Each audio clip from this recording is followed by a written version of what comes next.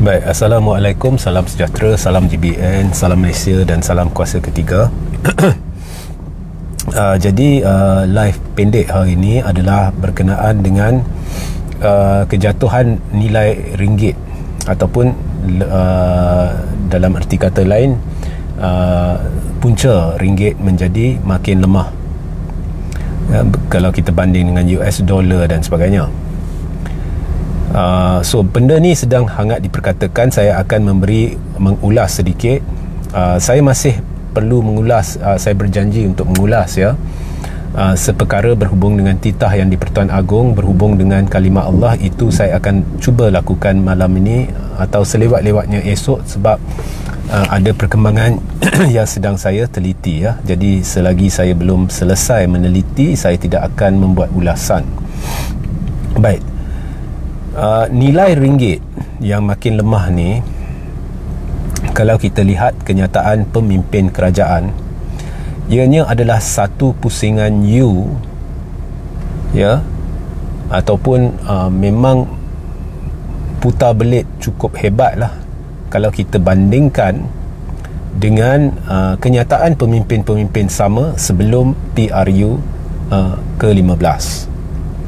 Jadi sebelum PRU ke-15, kalau kita dengar cakap Anwar, kalau kita dengar cakap Rafizi, ya, nilai ringgit menjunam atau ringgit menjadi lebih lemah, terus akan mereka kata kerajaan mempersalahkan kerajaan, mempersalahkan pemimpin-pemimpin negara sebab mereka tidak dapat mengatasi masalah ringgit ya, dan mereka akan mengkritik bahawa mereka tidak tahu buat kerja, mereka tidak tahu apa yang harus dilakukan dan sebagainya. Dan ini tak lain tak bukan Rafizi ya, Anwar Ibrahim ya. Okey, dan terang-terang dalam ceramah depa akan hasut ini depa tak tahu buat kerja, kutuk tak habis, kutuk lagi pemimpin-pemimpin kerajaan terdahulu. Lah ni ringgit telah jatuh ke nilai yang amat buruk ya, dah 4.6 dan sebagainya. Dah ada juga laporan-laporan yang dia buat unjuran mungkin tak mustahil ringgit boleh mencecah RM5 kepada US dollar, 1 US dollar. Jadi bila Rafizi buka mulut, boleh terkeluar kata-kata ringgit jatuh ni ada baiknya. Ya, kalau kita bandingkan sebelum dengan selepas, kita akan lihat wajah pemimpin lidah bercabang. Ya. Saya ulang. Kalau kita bandingkan kenyataan terdahulu Anwar, Rafizi dan sekarang, kita akan lihat dengan jelas wajah pemimpin lidah bercabang. Maknanya mereka ni tak serik menipu, dan ini saya rasa kita dah tahu, kita dah lihat banyak contoh penipuan. Setiap perkara yang dilakukan kerajaan terdahulu, asalkan ada negatif, rakyat dihasut ya, ini adalah bukti dia. Ini adalah bukti dia. Okey. Dan saya ada memerhati, meneliti ya, satu penyertaan Rafizi dalam satu forum antarabangsa tak silap saya, dan tempatan juga ya, dia bersama Johari Ghani ya, tempatan ya, kalau antarabangsa entah dengan siapa ya, ditanya berkenaan dengan isu ringgit ini. Bila saya dengar ya penjelasan Rafizi, ini bukan nak kritik melulu ya, ianya adalah penjelasan seorang yang tidak buat kerja rumah. Ianya adalah penjelasan yang saya kira pelajar tahun pertama ekonomi akan gelak, akan tertawakan. Malah tidak ada sebarang penjelasan yang diberikan oleh Rafizi yang boleh menjelaskan dengan betul dan munasabah mengapa ringgit makin lemah dan apa sebenarnya kerajaan akan lakukan. Ya. Kalau setakat pergi forum cerita berkenaan dengan ringgit berada pada nilai ini, nak cerita sebab-sebab ringgit boleh terkesan, benda tu kita boleh baca dari buku teks. Kita boleh, siapa-siapa pun boleh tahu ya benda ni. Kita tak perlu seorang menteri pergi ke luar sana. Bila orang tanya, dia cerita, oh ringgit ni tertakluk kepada benda-benda asas ya, benda-benda asas berhubung dengan ringgit. Kita tak perlu dia perjelaskan benda tu. Kita nak tahu apa kerajaan perlu buat, apakah faktor yang dikenal pasti sebabnya ringgit Malaysia merosot teruk. Okey, dia tidak jelaskan. Sampai saya dengar moderator terpaksa hentikan Rafizi dan kata benda tu semua kita dah tahu, kita nak tahu lanjut. Malu. Jadi sikap pemimpin-pemimpin ni, Rafizi, Anwar, tidak menunjukkan satu image yang boleh membawa keyakinan kepada pelabur. Dan ini semestinya akan memburukkan lagi keadaan, kerana kenyataan-kenyataan Rafizi dan Anwar ni akan diperhatikan oleh pelabur.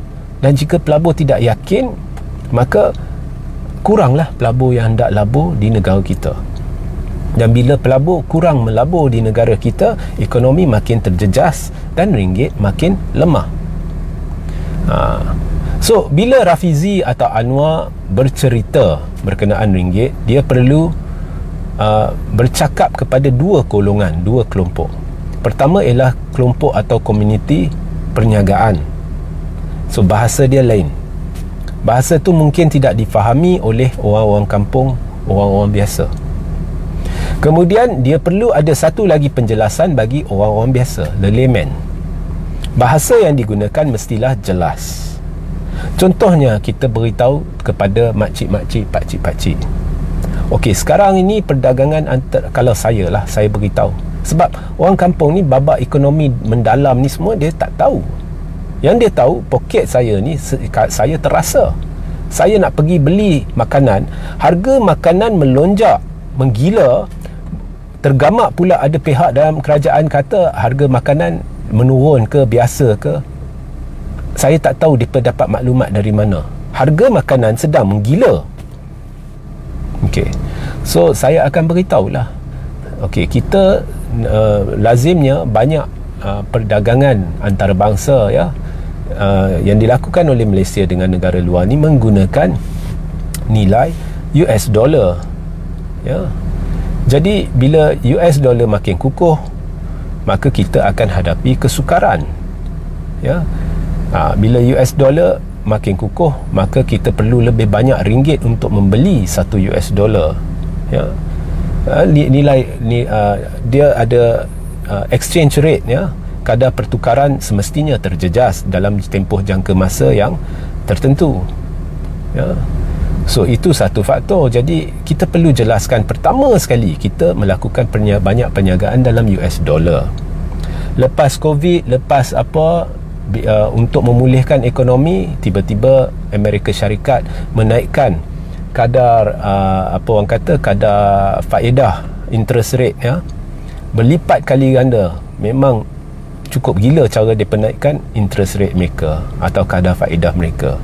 Jadi bila satu negara kadar faedah mereka meningkat berlipat kali ganda, semestinya negara itu akan menjadi tarikan kepada negara-negara lain yang akan seterusnya meletakkan dana mereka kepada negara yang telah menaikkan interest rate. Jadi US atau Amerika, dia memang naikkan kadar faedah dia berlipat kali ganda. Jadi ia menjadi tarikan. So bila negara lain nak melabur, dia lebih rela melabur, meletakkan duit dalam perbankan sana berbanding dengan Malaysia. Jadi Malaysia jadi kurang menarik. Itu satu faktor yang perlu dijelaskan ya. Kemudian banyak lagi faktor. Kadar inflasi. Dan kadar inflasi, kita tak boleh setakat nak cerita pasal kadar inflasi negara kita. Kita kena bandingkan kadar inflasi kita dengan kadar inflasi di contohnya Amerika. Itu pun memainkan peranan. Jadi kadar inflasi ya, kadar faedah, banyak faktor yang sebenarnya mempengaruhi kadar pertukaran terakhir. So memang ada faktor-faktor luar kawalan ya, luar negara yang mempengaruhi ringgit. Tetapi persoalannya, apabila berlaku faktor-faktor di luar negara itu yang boleh mempengaruhi ringgit, Mengapa ringgit terjejas begitu teruk? Itu lagi satu. Memang dana nilai mata wang banyak negara di Asia atau Asia Tenggara terjejas, tetapi kita terjejas lebih teruk daripada negara lain. Mengapa? Contoh, itu kita kena perjelaskan, sebab kita tak boleh kata ini faktor-faktor luaran, ini di luar kawalan kita. Bila berlaku faktor luaran, tetapi kalau ada masalah dalaman, ianya akan menyebabkan kita terjejas lebih teruk.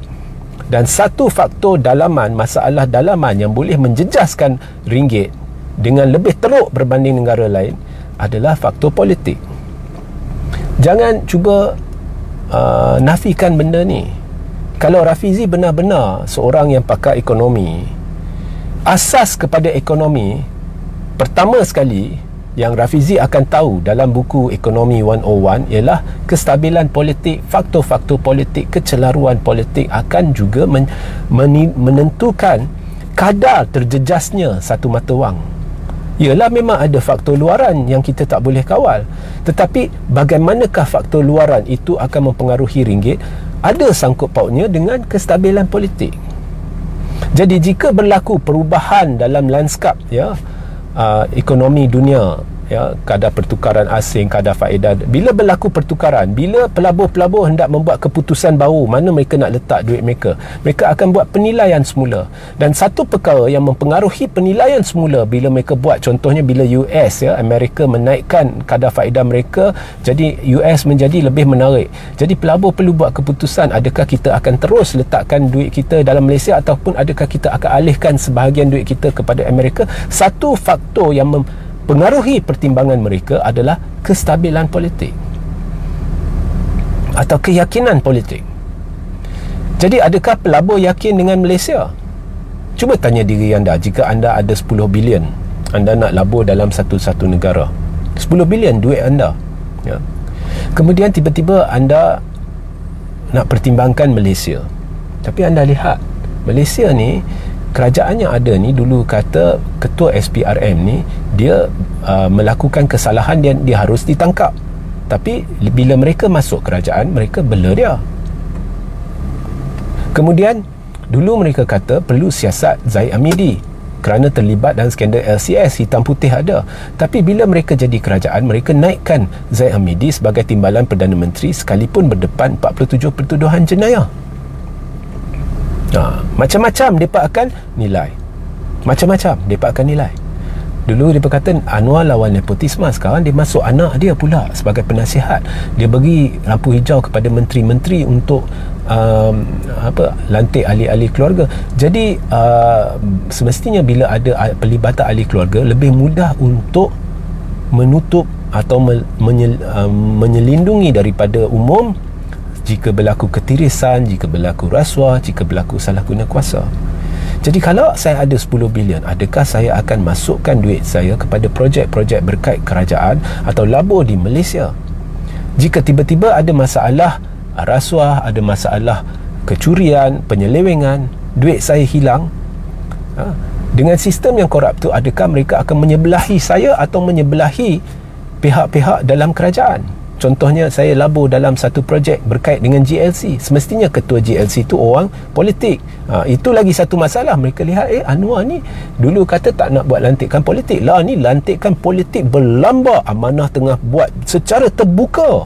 Memang cukup hebat lantikan politik di bawah kerajaan pimpinan Anwar. Jadi adakah besok kalau duit saya hilang, adakah mereka akan memihak kepada saya dalam siasatan? Adakah mereka akan lakukan siasatan telus, atau adakah mereka akan cuba lindungi orang-orang mereka dalam GLC, dalam kerajaan, dan akhirnya duit saya ni memang habislah, tak boleh dapat.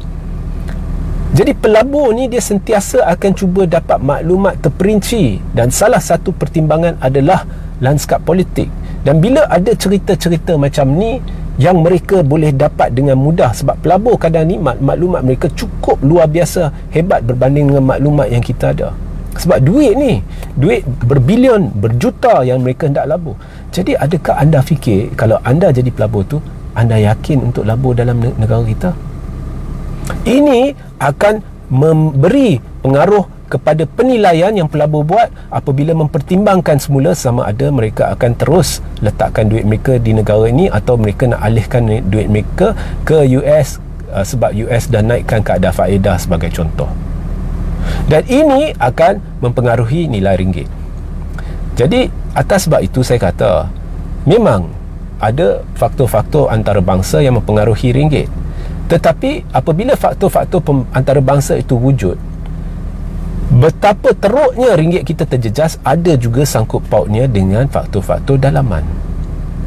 So bila saya lihat Rafizi buat kenyataan, they are making defensive statement, terus buka mulut seolah-olah mempertahankan diri. Oh, ini sedang berlaku di seluruh dunia. Kita tak mau tahu, kita tak tanya Rafizi ianya berlaku di seluruh dunia ke tak berlaku di seluruh dunia. Itu kita tak nak tahu. Kita nak tahu sekarang anda Menteri Ekonomi, apakah faktor-faktor yang telah dikenal pasti mengapa ringgit kita terjejas dan apakah langkah-langkah yang sedang diambil oleh kerajaan.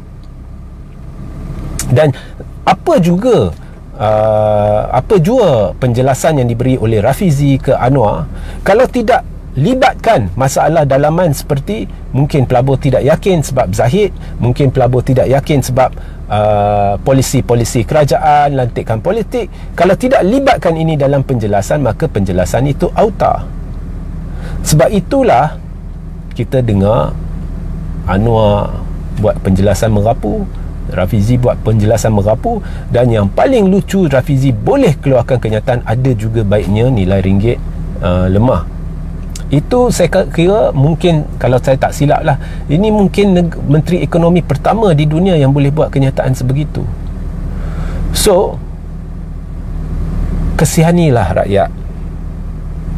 Nilai ringgit yang sedang menjunam ini dijangka akan terus menjunam. Mungkin esok ada baik sikit, lusa dia ni, tapi secara untuk jangka lama dia akan terus, saya fikir, menjunam.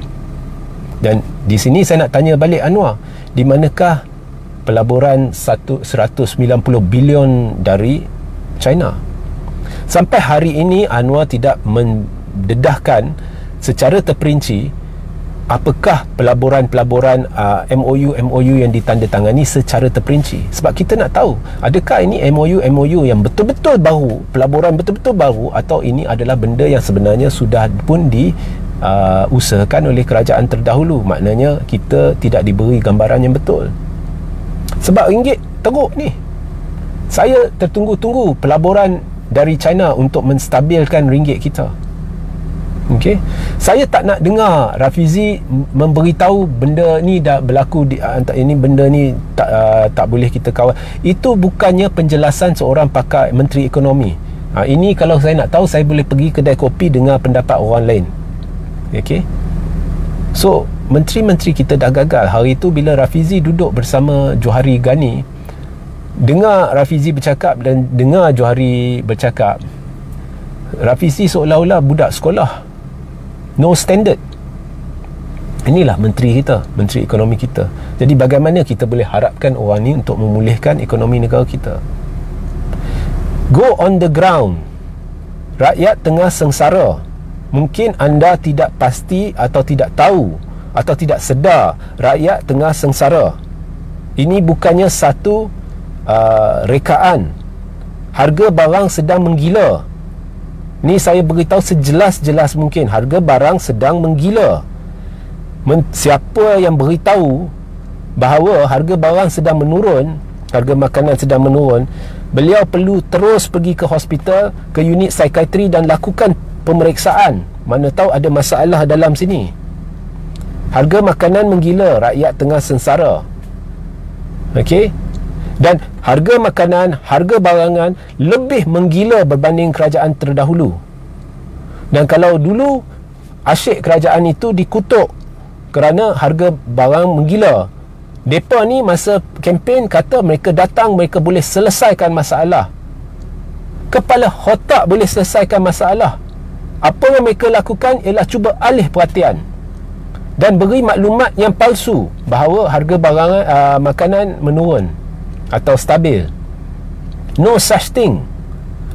Harga makanan makin menggila.